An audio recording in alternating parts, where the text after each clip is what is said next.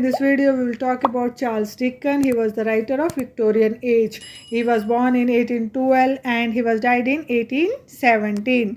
इनकी लाइफ के बारे में बात कर लेते हैं. He was the second of the 8 poor children. वो सेकेंड नंबर पे थे 8 बच्चों में. His father was thrown into debtors prison. उनके फादर को डेटर्स प्रिजन में डाल दिया गया था because he was not able to pay the debt. तो जो उन्होंने कर्जा ले रखा था वो नहीं चुका पा रहे थे, इसीलिए उन्हें डेटर्स प्रिजन में डाल दिया गया था. And at the age of 12 he want to work in the blackening factory. और उनको 12 साल की उम्र में काम करने जाना पड़ा था ब्लैकनिंग फैक्ट्री में. And after his father released he was sent to Wellington's house academy.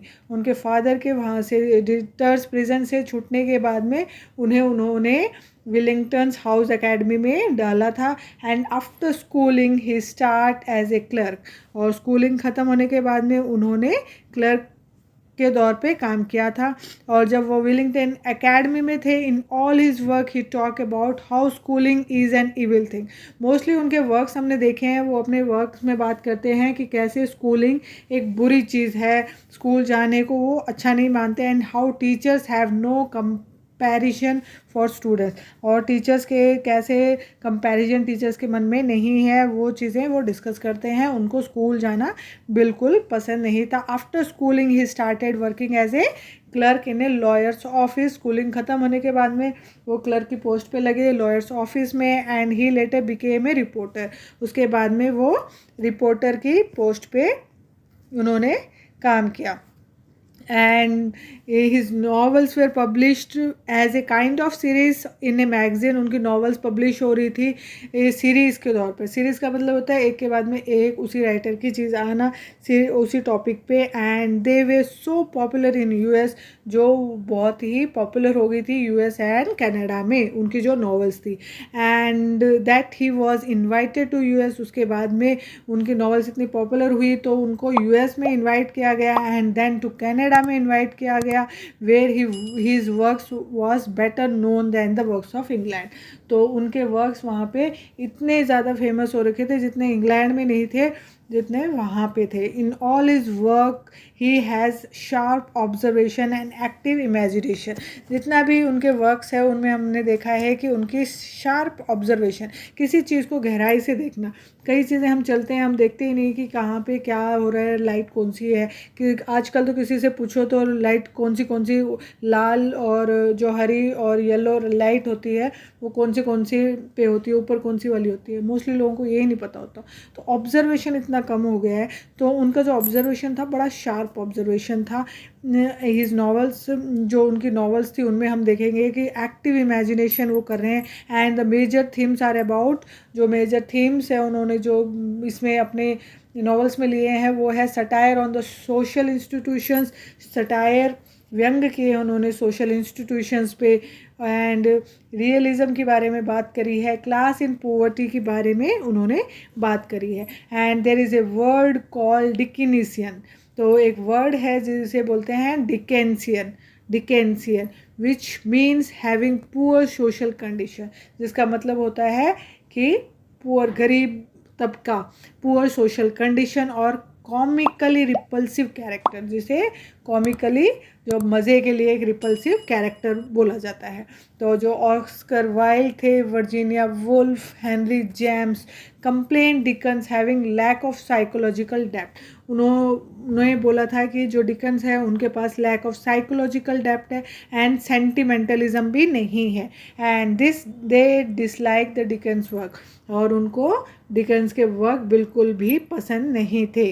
तो ये इनकी लाइफ के बारे में है. क्वेश्चंस देख लेते हैं लास्ट ईयर के पेपर पे कौन से क्वेश्चंस आ रखे हैं. The first question is Dickens novels are called Newgate novels.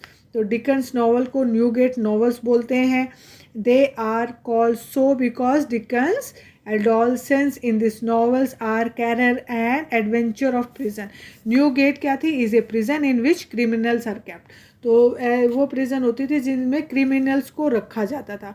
और जो डिकन्स की नॉवल है मोस्टली न्यूगेट के ऊपर उन्होंने काफ़ी बात करी है. तो नेक्स्ट क्वेश्चन है who among the following English artist illustrated the work of Dickens and Scott. तो कौन से ऐसे आर्टिस्ट थे जिन्होंने इलिस्ट्रेट किया है, मतलब कार्टून इलिस्ट्रेशन किया है, कार्टून्स बनाए हैं, मतलब इमेजेस बनाई है डिकन्स के वर्क की। तो कौन है? Try to remember this. George क्रुशेन।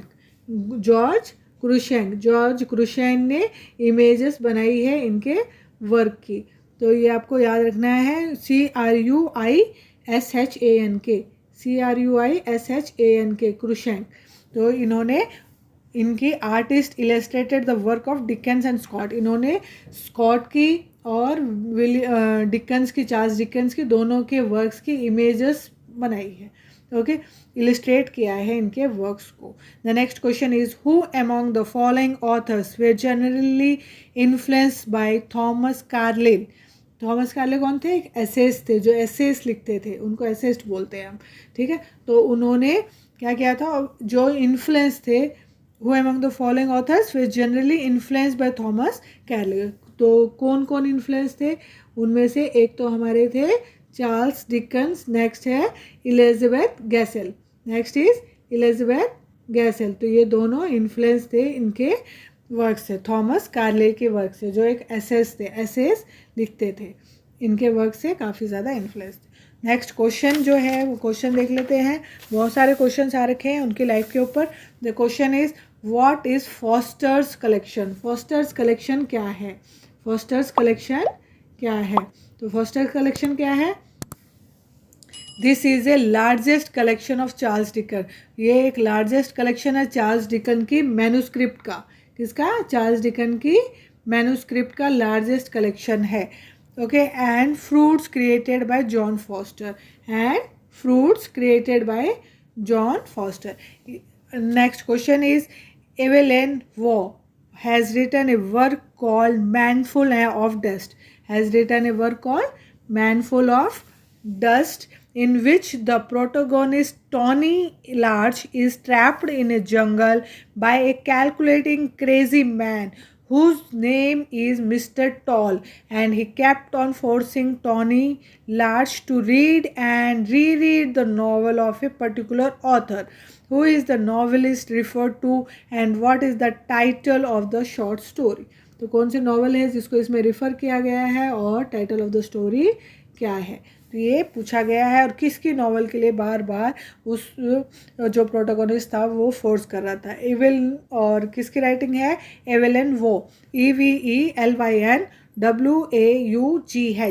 तो उन्होंने वर्क लिखा था हैंडफुल ऑफ डस्ट, जिसमें जो प्रोटोगोनिस्ट था वो ट्रैप हो गया था, और उससे एक मिस्टर टॉल ने बार बार उसे फोर्स किया कि एक नॉवल तुम बार बार पढ़ो।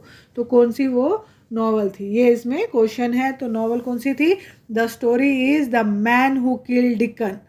The story is the man who killed deacon. और नॉवलिस्ट कौन थे? Charles Dickens. नॉवलिस्ट कौन है इसके? Charles Dickens. तो आपको ये याद रखना है, बहुत इंपॉर्टेंट क्वेश्चन है। The next question is which of the following is not true of the novel of Charles Dickens. कौन सी चीज़ है जो ट्रू नहीं है, सच नहीं है चार्ल्स डिकन के नॉवेल्स के बारे में? तो पहले हम देखेंगे कौन सी ट्रू है, ओके, ताकि हम कंफ्यूज ना हो। तो first is they deal with the discontent with the urban civilization. Yes, this is right, they deal with the discontent or with urban civilization. The next is they share a sense of fun and determining optimism. Yes, this is also right, they share a sense of fun and determining optimism. The next is they incorporate the elements of popular contemporary culture. तो ये भी बिल्कुल सही है, they incorporate popular contemporary culture. तो ये इनके correct answers थे। जो रॉन्ग आंसर्स था वो था the plot are tending means all the characters are linked. तो इनका कोई भी कैरेक्टर लिंक नहीं है। आगे हम नॉवेल्स देखेंगे जब आपको बहुत अच्छे से समझ में आ जाएगा। तो next question and the last question is Charles Dickens opinion that no man ever before had the art of making himself mentally so like a woman since the world began. तो he was acknowledging the work of which writer. कौन से writer के work के बारे में ये बात कर रहे हैं? तो इन्होंने आंसर इज, इन्होंने जॉर्ज इलियट के बारे में बात करी है। He is pressing George Eliot, वो इलियट को प्रेस करे। जॉर्ज इलियट नाम देखने में आपको किसी मैन का नाम लग रहा है, लेकिन ये एक वुमेन है। She was a female but she was adopted pseudonym of a male writer. वो फीमेल थी लेकिन उन्होंने सूडोनिम मतलब एक उपनाम ले रखा है किसी मेल राइटर का, मेल राइटर का नहीं, मेल का, ओके। और वो मेल राइटर हम उन्हें समझते हैं, तो काफ़ी बार हम कंफ्यूज हो जाते हैं जॉर्ज इलियट को नाम को पढ़कर, लेकिन कंफ्यूज नहीं होना है। जॉर्ज इलियट एक राइटर है, she is a female writer. तो अब बात करते हैं, ये इनके क्वेश्चंस थे रिलेटेड, इनके आ रखे थे। And the works, let's talk about the works. The first work is Pickwick Paper. The first work is Pickwick Paper. Pickwick Paper it was published serially in newspaper. ये पब्लिश किया गया था newspaper में series के दौर पे, कि आज एक सीरीज़ आई है कल दूसरी। तो फ्रॉम 1836 to 1837 तक इन्होंने पब्लिश करवाया था। And in 19 instalment and each chapter, 19 instalments में ये उन्होंने पब्लिश कराया था। And each chapter is accompanied by a cartoon of फेमोर। तो ईच कैरेक्टर जो है इनका, हर कैरेक्टर में वो कार्टून जो उन्होंने लिया है बाय फेमोर। तो ये इनके बारे में यही पूछा जाता है पिकविक पेपर के बारे में। तो ये इसके सारे जो इम्पोर्टेंट पॉइंट्स हैं वो ये। Nicholas Nickleby, Nicholas Nickleby it was published in 1839। ये 1839 में पब्लिश हुआ था। And this is a story of Nicola. ये स्टोरी है निकोला की, a young boy who support his mother, जो अपनी माँ को सपोर्ट करता है, and his sister after the death of the father. उसके पिताजी को गुजरने के बाद में वो अपनी बहन को, अपनी माँ को सपोर्ट करता है, फाइनेंशियली काफ़ी उनकी हेल्प करता है। The next work is Oliver twist. The next work is Oliver twist. Oliver twist आज सिर्फ हम इतना ही करेंगे इनका, ये बहुत डिटेल में हम इनको पढ़ेंगे क्योंकि काफ़ी सारे क्वेश्चंस ओलिवर ट्विस्ट में से आते हैं। तो ओलिवर ट्विस्ट कल की वीडियो में हम करेंगे। Oliver Twist was published in 1839। It was published in 1839 और जो सबटाइटल है वो है parish boy progress, parish boy progress. And this subtitle allude to John Bunyan pilgrims progress. तो दो story is inspired by real life, story real life से ली गई है। ऑर्फन जो है एक अनाथ बच्चा है, whose name is Robert Blincoe, Robert Blincoe. तो कल हम इसको डिटेल करेंगे। इसके बाद में स्लाइड्स अपलोड होगी उनकी लाइफ से रिलेटेड क्वेश्चन से लेके, तो आप वो ज़रूर देखिएगा। और मेरे वीडियोस अच्छे लगे तो प्लीज़ मेरे चैनल को सब्सक्राइब कीजिए, लाइक कीजिए, शेयर करें अपने फ्रेंड्स में, अपने सर्कल्स में। और कोई डाउट हो तो आप कमेंट करें। टेलीग्राम लिंक आपको मिल जाएगा डिस्क्रिप्शन में, वहाँ से आप ये PDF ले सकते हैं। Thank you for watching, have a great day.